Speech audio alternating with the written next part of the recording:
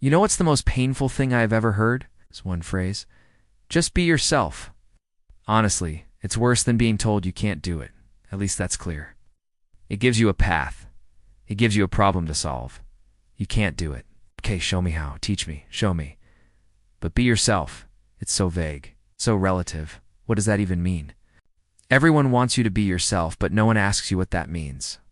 What happens when you try to be yourself? You feel weird? You feel exposed, vulnerable? As if everyone is watching, waiting to judge? The irony is that when you put pressure on yourself to be yourself, you actually stop being yourself. Here's the harsh reality. No one really knows who I am. It's not truly. They see my videos, they read my words, they hear my voice. They form an image, a perception, an idea of who I am.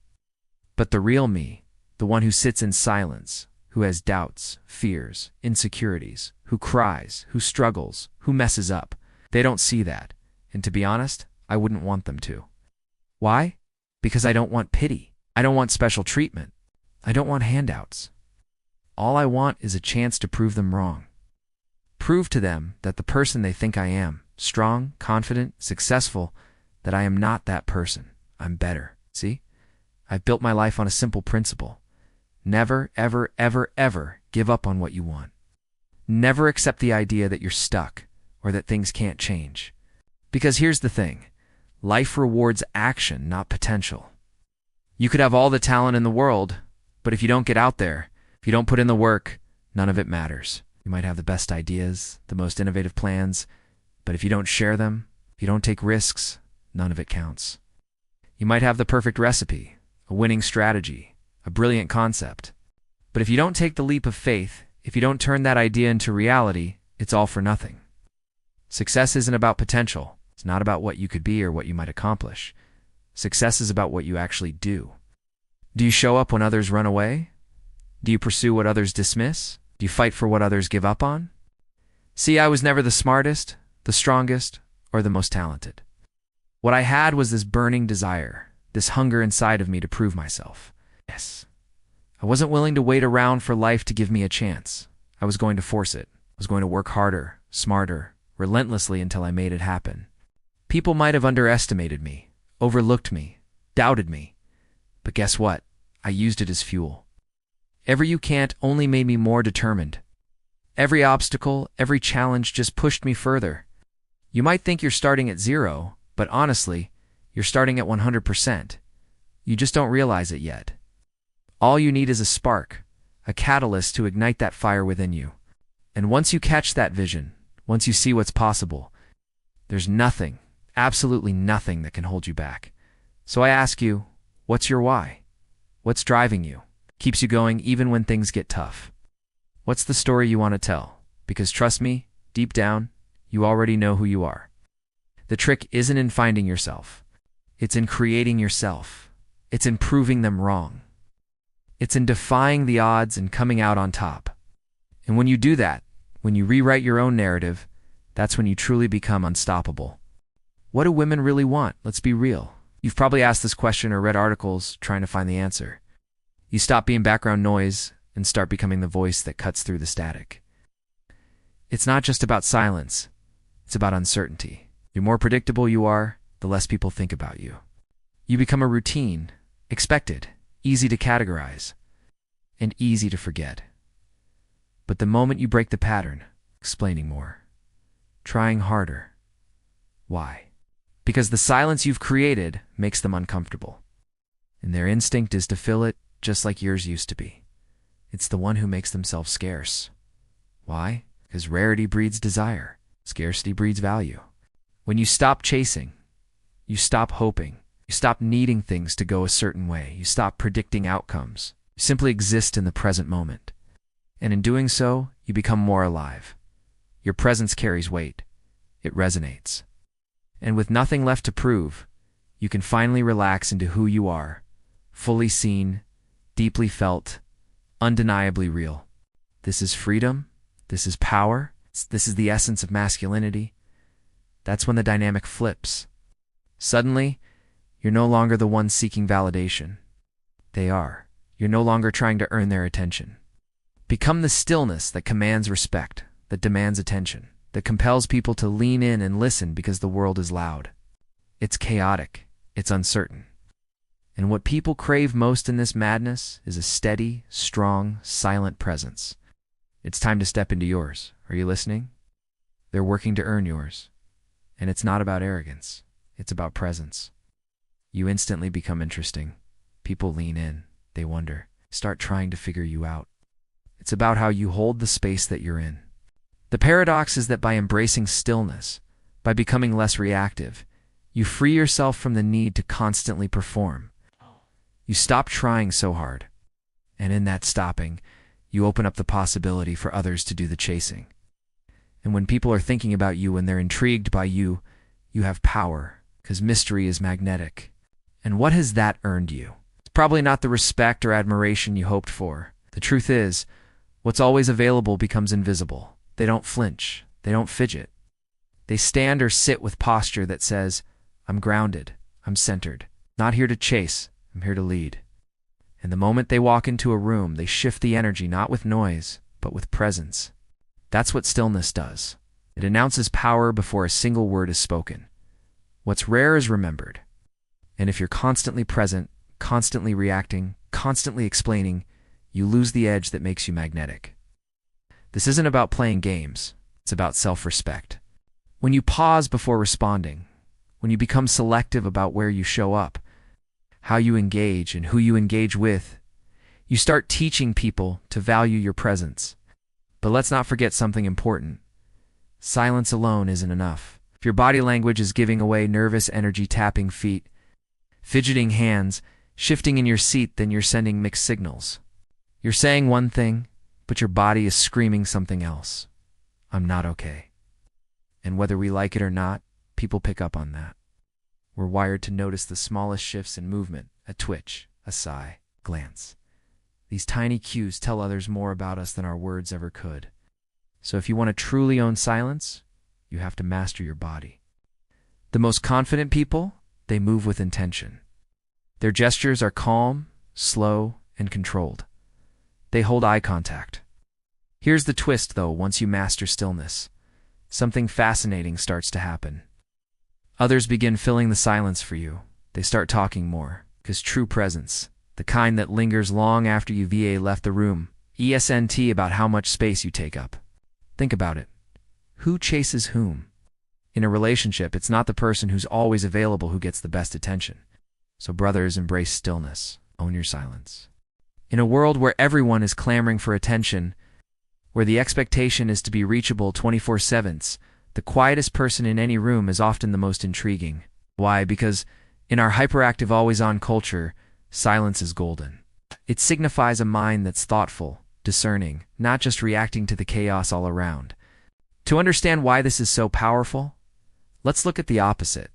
Someone who's always in your face, always talking, always trying to fill the silence. For instance, in business negotiations, it's often the pauses, the moments when you're not firing back, give you the space to strategize, to think, to listen. It's during these quiet moments that clarity often strikes. But in our fast-paced world, we're trained to fill every pause to react instantly. Sometimes it's not what you say, but when and how you say it that truly makes the difference. We fear silence because we associate it with awkwardness, with boredom, with a lack of productivity. But it's in these silences where creativity is born, where the best ideas often emerge. At first, it might seem like energy, maybe even enthusiasm. But after a while, it becomes tiring, even annoying. It allows you to respond thoughtfully rather than impulsively. And in a world that often rewards impulsive reactions, this is an often overlooked skill. Learning to be comfortable with silence, with solitude, is one of the greatest skills you can acquire. It gives you the space to tune into yourself, to connect with your inner voice, to listen to what truly matters. It's in these quiet moments that you'll find your best ideas, your deepest insights, and a clarity of purpose that's hard to find in the noise. Why? Because most of what that person says isn't filtering through the mind. It's not carefully considered, it's just noise, or overstaying their welcome, oversharing, overdoing it. And in doing so, they're not creating connections. They're just filling the air. Now think about the quietest person in the room. Someone who doesn't feel the need to talk just for the sake of it, but when they do speak, everyone leans in because their words carry weight. They've chosen to speak, and that choice makes all the difference. This is a subtle, yet profound shift in how you navigate the world. By not competing for attention, by not reacting to every stimulus, you paradoxically become more unforgettable. You see, being quiet isn't the same as being weak. It's a strength many have, but few understand. It's a strength that, when wielded correctly, commands respect, focus, and attention. Think back to the leaders, mentors, or figures you genuinely respect. Were they the loudest, most visible ones? Or were they the ones whose presence and words carried such weight that even their absence was noticed? The most influential people are those who don't overstay their welcome. They understand the power of scarcity. And when they're gone, their absence is felt deeply. It's like the ocean. The vast majority of the ocean's water is out of sight, beneath the surface. Yet it's this hidden portion that shapes everything above it, influencing tides, weather, even life itself. Quiet strength isn't about hiding. It's about recognizing that true power often lies beneath the surface. This principle applies to every aspect of life, from personal interactions to professional endeavors. This is also where emotional intelligence comes into play. The ability to sit with discomfort, to observe your emotions without immediately reacting, is a superpower. So the next time you find yourself in a situation where the default response is to react, to counter, to fill the silence, remember this. Sometimes the quietest response is the most powerful one. You set the tempo. You decide when to speak, when to stay silent, when to engage, and when to withdraw. And once you do that, the world starts paying attention. But here's the paradox.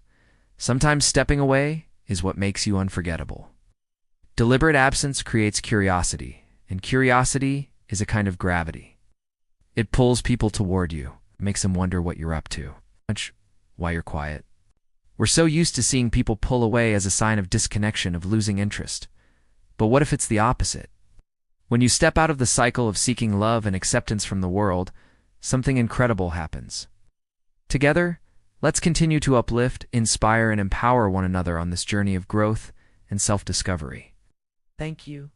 The world begins to seek you out. Opportunities appear that align with your true passions and purpose. Connections are made that resonate at a soul level. And as you continue to walk this path of authenticity, your influence grows. People are drawn to your story. They see in you a reflection of their own struggles and triumphs, and they find inspiration in your journey.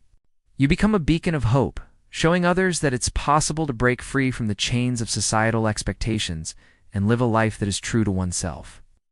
So yes, it's okay to step away. In fact, it's more than okay. It's necessary. It's a step towards wholeness, towards authenticity, towards a life lived on your own terms.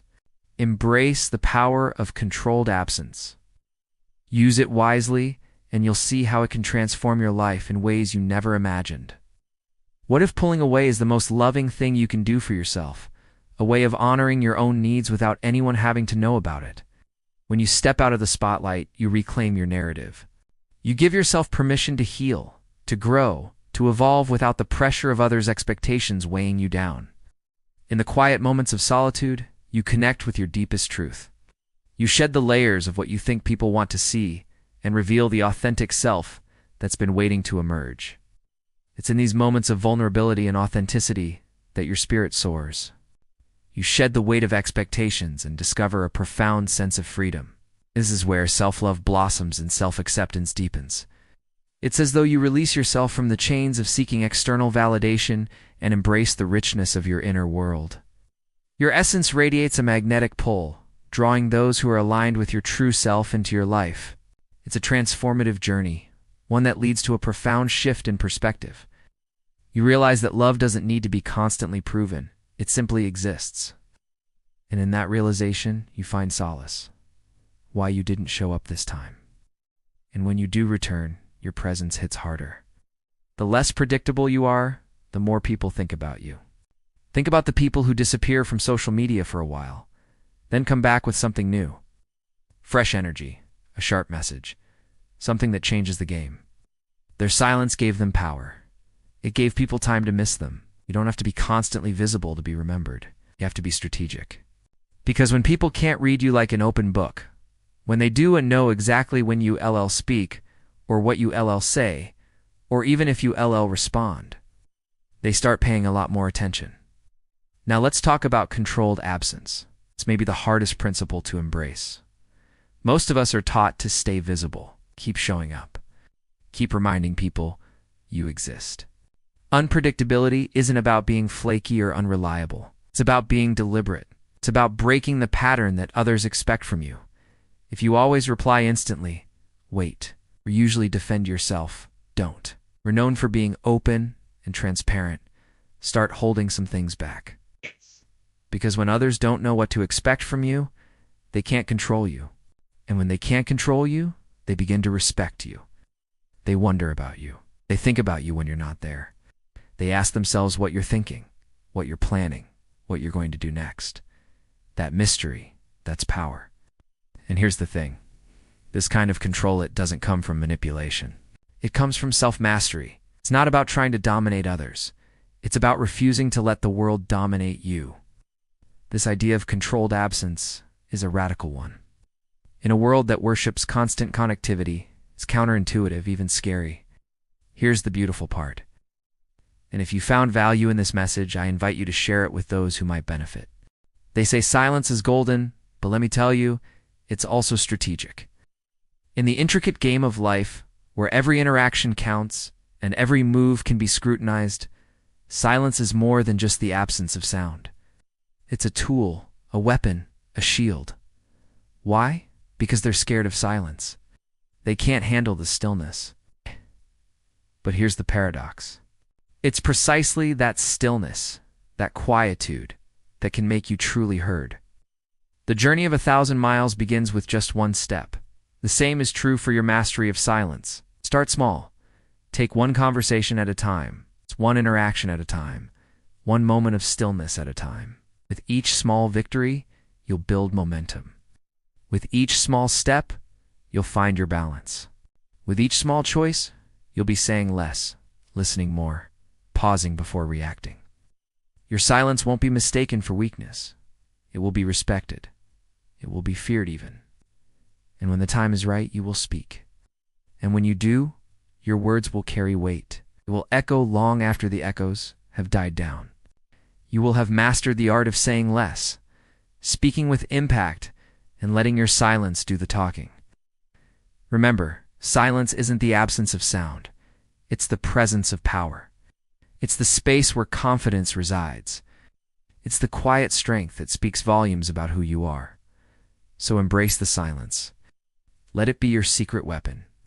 And watch as it transforms the way people perceive you, the way you interact, and the way you succeed. See, silence in itself isn't neutral. It's what you make of it. It's a choice. To remain quiet, not because you have nothing to say, but because what you have to say isn't worth the cheap calories of a quick response. It's worth waiting for. It's worth being patient for. Think about it. First, you must master the pause. Before you react, before you respond, before you jump to conclusions, pause. Don't just sit there. Feel the weight of the silence. Embrace it. Breathe through it. Let it be uncomfortable. For it's in that discomfort that you'll find the clarity you seek. Second, learn to say less. In a world where everyone is an expert, where everyone feels the need to overshare, understate your case. Don't feel the need to explain, to justify, to prove. Let your actions speak louder than your words ever could. When you do speak, choose your words carefully. Every word should count. Every phrase should resonate. Third, be comfortable with the unknown. Not every question needs an answer. Not every silence needs to be filled. Sometimes the unknown is okay. Uncertainty is okay. It's in the unknown that we often discover the most about ourselves, about our resilience, our ability to adapt, our creativity. So don't fear the silence. Don't shy away from the stillness. Brace them. Use them. Let them be your allies. We're surrounded by noise everywhere. The constant buzz of notifications, the chatter of social media, the overwhelming need to fill every moment with sound. But what if amidst this cacophony, You found a way to stand out not by shouting the loudest, but by listening, by observing, by saying less. What if you turned the tables and let your silence speak volumes about your confidence? Most people, they talk too much. They explain too often. They react impulsively. So how do you wield this power? How do you turn silence into your secret weapon? You may not always get it right. You may not always find the perfect words. You may not always have the right answer. But that's okay. In a world that glorifies the loudest, the most impulsive, the most reactive, you will stand out. You will be noticed. You will be respected. We all crave attention. We all desire to make an impact. But how many of us actually understand the nuances of commanding respect and influence? Truth is, standing out in a crowd is not about being the loudest or the most visible. It's about making a lasting impression through your silence, your presence, or your absence. You can choose to become someone people don't just hear, but remember, someone they talk about when you're not in the room. Someone who lingers in their thoughts, not because you said too much, but because you said just enough. And that kind of restraint, that kind of discipline's what sets powerful people apart. What if everything you've been told about standing out is wrong? If you're always around, always talking, always readily available, you become background noise. But if you pull back a bit, if you make your time and attention scarce, you become more interesting, more valuable, more respected. It's about making meaningful contributions, being a beacon of clarity, being the most respected voice in the room. And that, my friends, is the essence of true influence. Always the first to talk, always quick with a joke, always eager to fill the silence.